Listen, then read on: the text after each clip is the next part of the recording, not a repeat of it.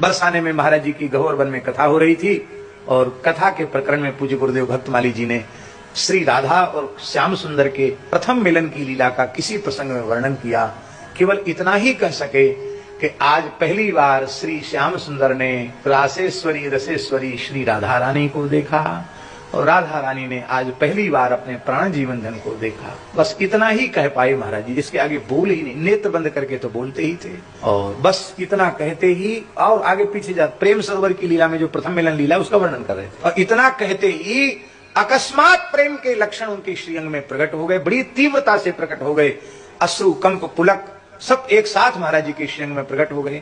शरीर ऐसे ऐसे कांपने लग गया। महाराज जी ने सामने की चौकी पकड़ ली, नेत्र बंद थे, पूरा चौकी हिलने लग गई, नसें उभर आईं, मुख फूल गया, नासिका फूल गई और उस प्रेम का ऐसा दिव्य प्रभाव हुआ कि वहां बैठे हुए जितने लोग थे सब सजल हो गए, सबके नेत्रों से अश्रु बहने लग गए। उस प्रेम का दिव्य प्रभाव सबके ऊपर छा गया। कथा बंद हो गई। कथा बंद हो गई तो हमने सोचा कि कीर्तन करें तो शायद भाव का थोड़ा समन हो जाए।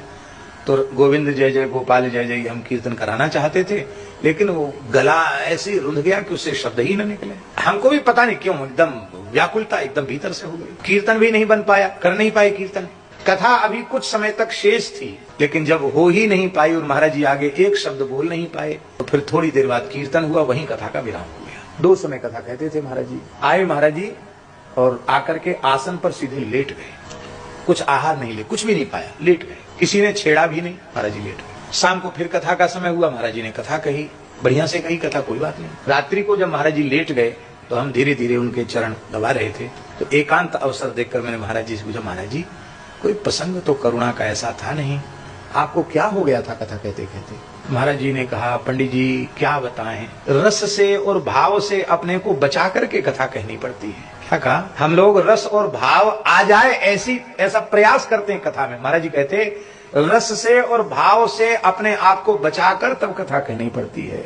उसका स्पर्श होते ही फिर हम बोलने के योग्य नहीं रह जाते हैं। और बस ऐसा कहने के बाद फिर वही अवस्था हो गई। उसी समय फिर वैसे ही महाराज जी व्याकुल हो गए, एकदम व्याकुल हो गए। तब हमारी समझ में आया कि कथा तो महाराज जी ने कह दी, लेकिन वही खुमारी अब तक चढ़ी हुई है। तब महापुरुषों ने कहा कि महाराज जी को वह अवस्था हुई नहीं, उन्होंने प्रियालाल जी के प्रथम मिलन की लीला को प्रत्यक्ष देख लिया, उस प्रेम पूर्ण मिलन का साक्षात अनुभव किया। उस अनुभव के बिना ऐसी अवस्था संभव हो नहीं सकती है। तो मुक्तात्मा जब भगवान की लीला का वर्णन करते हैं तो लीला लीला, कथा कथा नहीं रह जाती, कथा लीला प्रत्यक्ष भगवान की लीला बन जाती है।